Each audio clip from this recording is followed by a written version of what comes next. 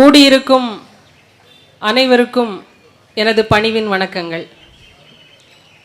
எங்கள் அழைப்பை ஏற்று இந்த கூட்டத்திற்கு வந்திருக்கும் 2 பேரும் ட்வின்னிங் வேற இருக்கும் இன்னைக்கு. துரை அவர்களுக்கு என்னுடைய வணக்கங்கள். அண்ணன் ஹுமாயூன் அவர்களையும் வணங்கி வாழ்த்துகிறேன். அண்ணன் அருள் ஜெயசீலன் அவர்களையும் வரவேற்கிறேன்.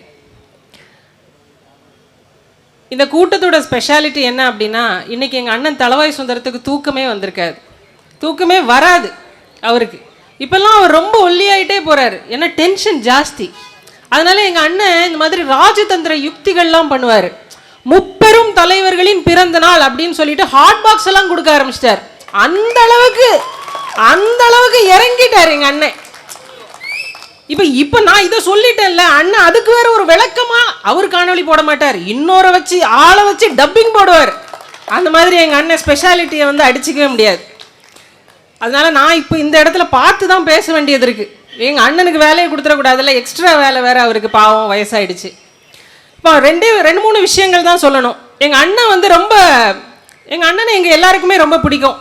தளவாய் சுந்தரம் அவர்கள் நம்மளுடைய மண்ணின் மைந்தர், அண்ணன் வேற வழக்கறிஞர், சுப்ரீம் கோர்ட்டுடைய லாயர், இப்படி பல பட்டங்கள், அவருடைய அனுபவங்கள் எல்லாமே ரொம்ப வெகு சிறப்பு தான். என்றைக்குமே எங்களுடைய கன்னியாகுமரி மாவட்டத்தின் அடையாளங்களை நாங்கள் விட்டு கொடுக்கறதே இல்லை.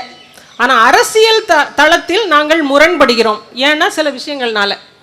இப்போ அண்ணன் ரொம்ப பெருமைப்படுற விஷயம் என்ன தெரியுமா? அண்ணனுக்கு அதாவது என்னன்னா, தொட்டாச்சினிங்கி மாதிரி அண்ணனை அப்படி தொட்டாலே வெடிச்சிருவார் அப்படிங்கிற இடம் எது அப்படின்னா, அவருடைய தொகுதி மேம்பாட்டு நிதி 3 கோடி ரூபாயை நீங்க சரியா செலவு பண்ணலன்னு அப்படின்னு சொன்னார்னா எங்க அண்ணனுக்கு அன்னைக்கு நைட்டு தூக்கம் போச்சு. அந்த அளவுக்கு அவர் இருக்கார், சின்ன பிள்ளை மாதிரி இருக்கார். அண்ணன் நீங்க சரியா செலவு பண்ணலன்னு அப்படின்னு சொன்னா எங்க அண்ணன் அன்னைக்கு அழுதுருவார், அந்த அளவுக்கு இருக்கிறார். ஆனா அண்ணன் கிட்ட சில கேள்விகள் இருக்கு. என்னுடைய மகள் 12ஆம் வகுப்பு படிக்கிறாள், அக்கௌண்ட்ஸ் அண்ட் எக்கனாமிக்ஸ் குரூப். எனக்கு தெரிஞ்சு என் பொண்ணுக்கிட்ட இந்த 3 கோடி ரூபாயை கொடுத்து நீ நல்ல இந்த நிதியை இந்த தொகுதி மக்களுக்கு மேம்படும் விதமாக செலவு பண்ணு அப்படின்னா அவ அழகா நீட்டா பட்ஜெட் போட்டு செலவு பண்ணிடுவா. மக்களுக்கு தேவையான கட்டமைப்பு வசதிகள், அதாவது அவங்களுடைய ஹெல்த் கேரா இருக்கட்டும், எஜுகேஷனா இருக்கட்டும், தொகுதி மேம்பாட்டுக்கான விஷயங்களா இருக்கட்டும், எல்லாத்தையும் பண்ணிடுவாங்க. ஆனா இதையே செய்யறதையே ஒரு பெருமையா எங்க அண்ணன் சொல்லிட்டு வந்து ஓட்டு கேட்டாருன்னா என்ன செய்யறது? அப்ப அது நம்ம எல்லாரும் சேர்ந்து கேள்வி கேட்க வேண்டிய இடத்துல இருக்கிறோம். அண்ணனுக்கு ரொம்ப ஈஸியான ஒரு விஷயம் என்ன அப்படின்னா, மீனவர் வாக்குகள் எல்லாம் எங்களுக்கு ஈஸியா கிடைச்சிரும் அப்படின்னு. ஆனா இந்த வாட்டி எங்க அண்ணன் பண்ண பெரிய சாதனையே வெறும் 2.2% தான். வெறும் 34 லட்சம் ரூபாய் தான் மொத்தம் இந்த 5 வருடத்துல மீனவர்களுக்காக செலவு பண்ண நிதி. இதை நாங்கள் அண்ணங்கிட்ட தெரியப்படுத்தணும். வெறும் இவ்வளோ தானே செலவு பண்ணியிருக்கீங்க? ஒரு 15% வாக்கு உள்ள கன்னியாகுமரி சட்டமன்ற தொகுதியில் நீங்கள் செலவு பண்ண நிதி வெறும் 2.2% மட்டும்தான். அப்புறம் அண்ணன் வந்து ஏன் எங்கள் அண்ணன் மேலே எங்களுக்கு ரொம்ப கோபம், ஆதங்கம் அப்படின்னா, அண்ணன் வந்து எது கேட்டாலும் ஒரு விளக்கம் மட்டும்தான் கொடுப்பாரு, எதுக்குமே ஒரு தீர்வு கொடுக்க மாட்டார். ஆனால் 2 காதையும் நல்லா திறந்து வச்சு கேட்பார், எதுனாலும் கேட்பார். நான் செஞ்சிடறேன்னு சொல்லுவார், எல்லாம் சொல்லுவார். ஆனால் எதுக்குமே தீர்வு கிடைக்காது. எங்களுக்கு தேவை உங்களுடைய விளக்கம் இல்லைண்ணே, எங்களுக்கு தேவை உங்களுடைய தீர்வு.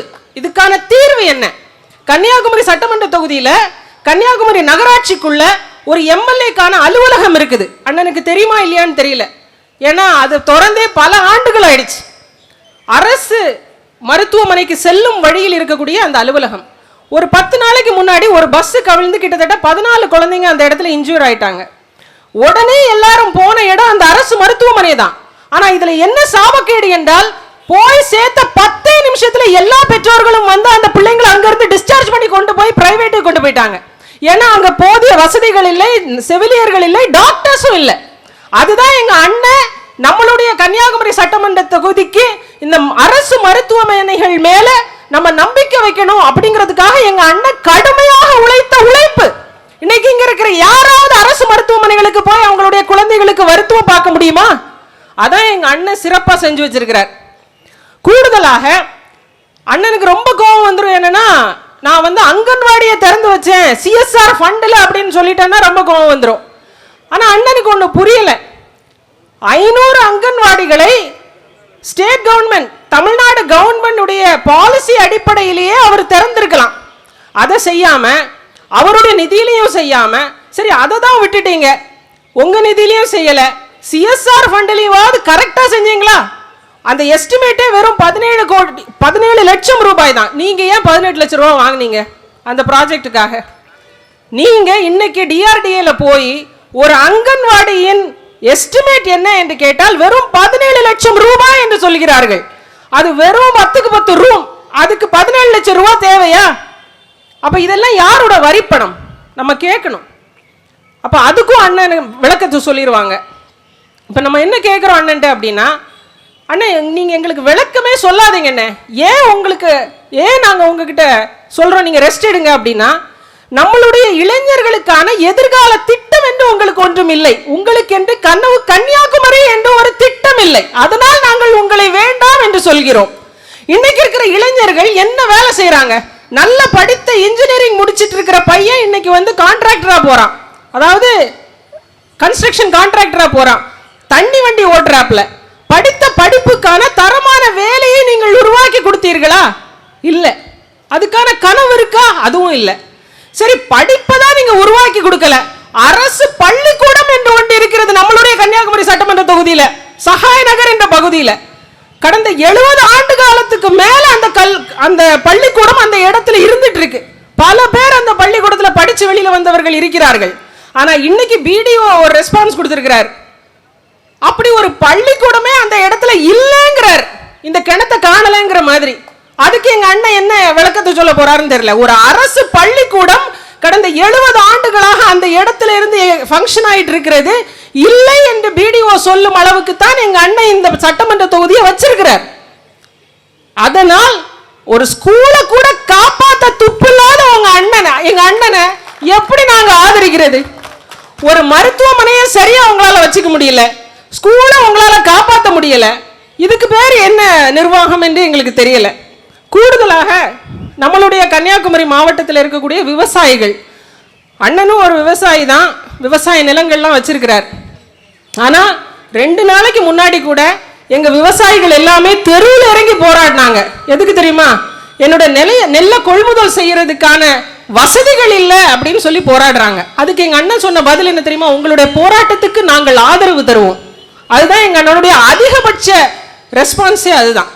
அதனால் தளவாய் சுந்தரம் அண்ணன் மேல எங்களுக்கு பெரிய மதிப்பு இருக்குது. திமுகவை பத்தி நான் சொல்லவே தேவையில்லை, எனக்கு முன்னாடி பேசி எல்லா அண்ணன்மார்களும் அவங்கள கிழிச்சு தொங்க விட்டாங்க, அதனால அதை விட்டுருவோம். ஆனால் அண்ணன் தளவாய் சுந்தரம் அவர்கள் ரெஸ்ட் எடுங்க, நாங்க கன்னியாகுமரி சட்டமன்ற தொகுதியை பார்த்துக்கிறோம், எங்களுக்கு என்று பெருங்கனவு இருக்கிறது, அதை நாங்கள் செயல்படுத்துவோம். இந்த முறை உங்களுக்கு எங்களுடைய வாக்குகள் இல்லை, எங்களுடைய கன்னியாகுமரி சட்டமன்ற தொகுதியின் மக்கள் நாம் தமிழர் கட்சியின் விவசாய சின்னத்தை ஆதரிப்பார்கள்.